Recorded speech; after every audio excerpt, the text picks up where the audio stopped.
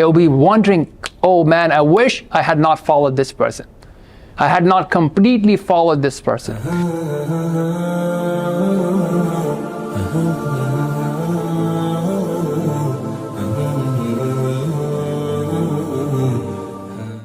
إذ تبرأ الذين اتبعوا من الذين اتبعوا ورأوا العذاب وتقطعت بهم الأسباب وقال الذين اتبعوا لو أن لنا كرة فنتبرأ منهم كما تبرأوا منا كذلك يريهم الله أعمالهم حسرات عليهم وما هم بخارجين من النار.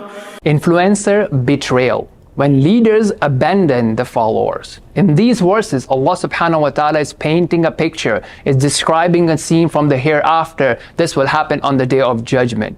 When those who follow the influencers, they will say, well, you shouldn't have followed us, we have nothing to do with you.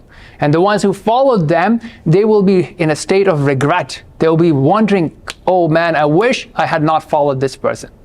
I had not completely followed this person. So what do we mean here? What do we learn from here? How do we apply it in our practical lives?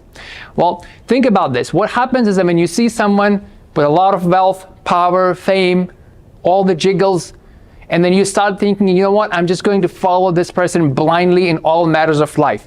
And that is you being a fool. So think about it. If someone is an expert in business or investments or academia or whatever, it is okay to follow them. It is okay to learn from them.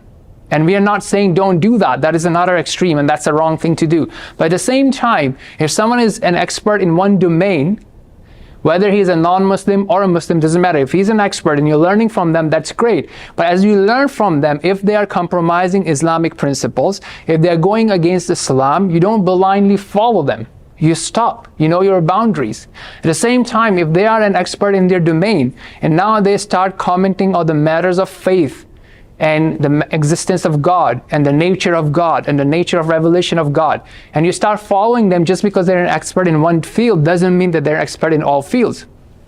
Same thing, you may have a Muslim influencer, a celebrity, an athlete, but many times when they open their mouth, and you have any basic knowledge of Islam, you can see that they have no idea of even the basics of Islam. So yes, you can take their discipline. Yes, you can take their techniques. You can learn from them on how they develop themselves.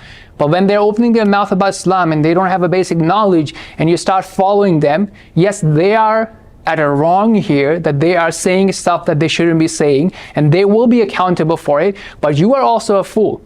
For example, if you start taking investment advice from an athlete, right? Wouldn't make sense. So be careful and do not be in a state where we have to be regretful on the day of judgment. May Allah protect us.